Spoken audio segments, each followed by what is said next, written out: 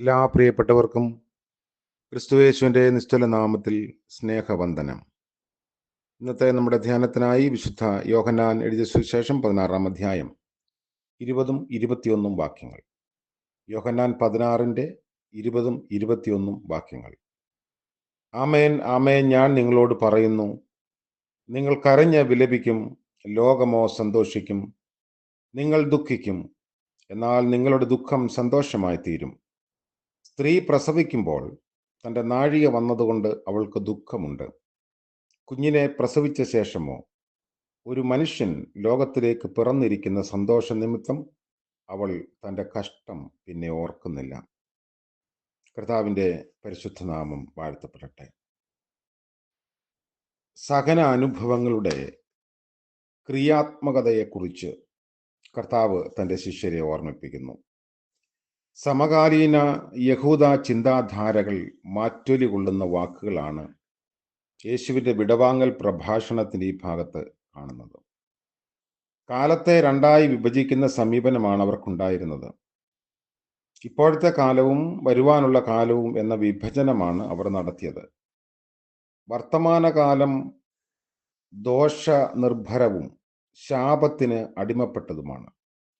വരാനുള്ള കാലമാകട്ടെ ദൈവ ഭരണം നടക്കുന്ന സുവർണ കാലമായിരിക്കും. ഇതിനിടയിലുള്ള കാലം കഷ്ടതകളുടേതായിരിക്കും. യേശു ശിഷ്യരോട് സൂചിപ്പിച്ചത് തൻ്റെ ഭരണകാലം വരുന്നു എന്നാണ്. അത് യാഥാർത്ഥ്യമാകും വരെ ശിഷ്യർ സഹിച്ചു നിൽക്കണം. അങ്ങനെ നിന്നാൽ അതിൻ്റെ ഫലം ശ്രേഷ്ഠമായിരിക്കും. ഈ സഹനത്തിന് ശിഷ്യരെ പ്രചോദിപ്പിക്കുന്ന ചില കാര്യങ്ങൾ ഇവിടെ സൂചിപ്പിക്കുന്നു. അതിലൊന്ന്, അതായത് 16 വാക്യം മുതൽ 24 വാക്യം വരെ ഈ ഒരു കാര്യമാണ് കർത്താവ് അവരോട് പറയുന്നത്. ഒന്നാമത്, തൻ്റെ മാറ്റമില്ലാത്ത നിരന്തര സാന്നിധ്യം യേശു അവർക്ക് വാഗ്ദത്തം നൽകി. സാധാരണയായി ഒരു നായകൻ ഇല്ലാതെയാകുമ്പോൾ അദ്ദേഹത്തിൻ്റെ ഓർമ്മ നിലനിർത്താൻ അനുയായികൾ ഗുരുവുമായി ബന്ധപ്പെട്ട എന്തെങ്കിലും ഓർമ്മ ചിഹ്നങ്ങൾ സൂക്ഷിക്കാറുണ്ട്.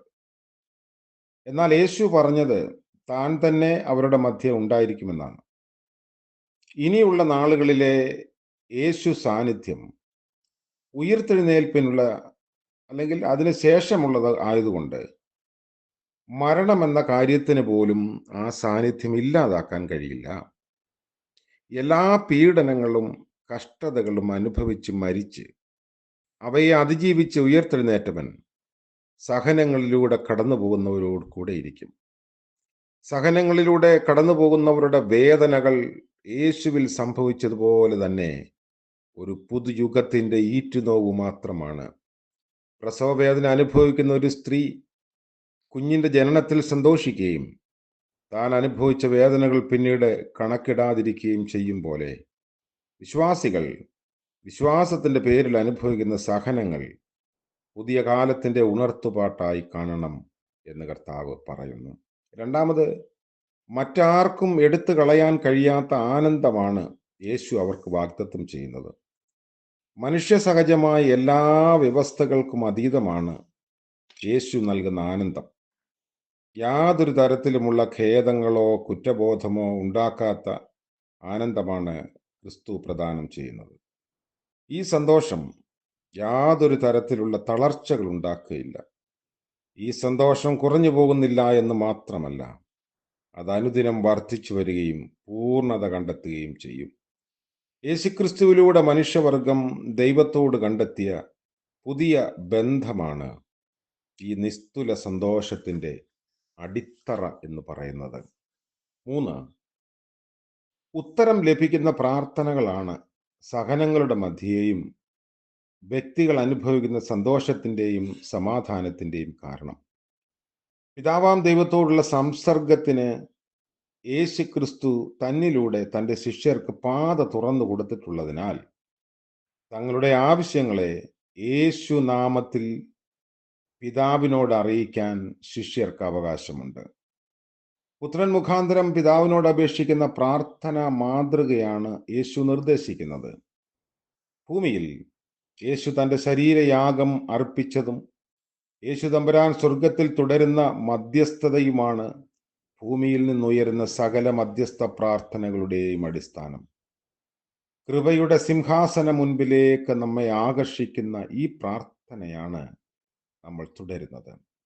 സ്വർഗത്തിലും ഭൂമിയിലുമുള്ള സകല കുടുംബത്തിനും പേർ വരുവാൻ കാരണമായ സ്വർഗീയ പിതാവിൻ്റെ മുൻപിൽ വണങ്ങുകയും പ്രാർത്ഥിക്കുകയും ചെയ്യുന്ന രീതിയാണ് ആദിമ ക്രൈസ്തവർക്കുണ്ടായിരുന്നത് എന്ന് എഫെസ്യ ലേഖനം 3-ാം അധ്യായത്തിൽ 14-ാം വാക്യം മുതൽ പൗലോസ് ഓർമ്മിപ്പിക്കുന്നു. യേശുവിൻ്റെ നാമത്തിലാണ് പിതാവിനോട് പ്രാർത്ഥന ചെയ്യേണ്ടതെന്ന് ഈ ഭാഗം നമ്മെ ഓർമ്മിപ്പിക്കുകയും ചെയ്യുന്നു.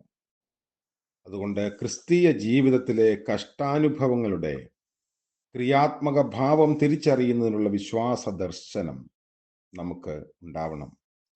നിത്യ തേജസ്സിൻ്റെ ഘനം ഓർക്കുന്നത് കൊണ്ട് ഭൗതിക ജീവിതത്തിൻ്റെ നൊമ്പര ഭാരങ്ങൾ നൊടിനേര കഷ്ടതകളാണ്, അത് സാരമില്ല എന്ന് കണക്കാക്കാൻ നമുക്ക് സാധിക്കണം. ലൗകിക സന്തോഷങ്ങൾ താൽക്കാലികവും തളർച്ച ഉണ്ടാക്കുന്നതും കുറ്റബോധം അവശേഷിപ്പിക്കുന്നതുമായ ആണ്. അങ്ങനെയുള്ള സന്തോഷങ്ങളെ ആത്യന്തിക സന്തോഷങ്ങളായി കാണുന്ന കുറവുകൾ നമ്മിലുണ്ടെങ്കിൽ അത് പരിഹരിക്കണം. സ്വർഗത്തിൻ്റെ സന്നിധിയിൽ കേട്ട് ഉത്തരം ലഭിക്കുന്ന തരത്തിലുള്ള പ്രാർത്ഥനകൾ യേശുവിൻ്റെ നാമത്തിൽ പ്രാർത്ഥിക്കുമ്പോൾ നമ്മുടെ പ്രാർത്ഥനകളെ സ്വർഗം അംഗീകരിക്കും. നമുക്ക് പ്രാർത്ഥിക്കാം. എന്നേക്കും ഞങ്ങളോട് കൂടെ ഇരിക്കേണ്ടതിന് പരിശുദ്ധാത്മാവിന് ഞങ്ങൾക്ക് അയച്ചു തന്ന കർത്താവേ, പുതിയ ഒരു യുഗത്തിൻ്റെ പുറപ്പാടിനായി പ്രതീക്ഷയോടെ കാത്തിരിക്കാൻ ഞങ്ങൾക്ക് ക്ഷമയും സകലാനുഭവങ്ങൾ നൽകി സഹായിക്കണം എന്ന് പ്രാർത്ഥിക്കുന്നു. ഇന്നത്തെ പകൽക്കാലം അങ്ങയോടുള്ള കൂട്ടായ്മ ബന്ധത്തിൽ നിലനിൽപ്പാൻ ഞങ്ങളെ ഇടയാക്കണമേ. ഞങ്ങളുടെ ആവശ്യങ്ങളെല്ലാം പുണ്യതമ്പുരാൻ അറിയുന്നല്ലോ.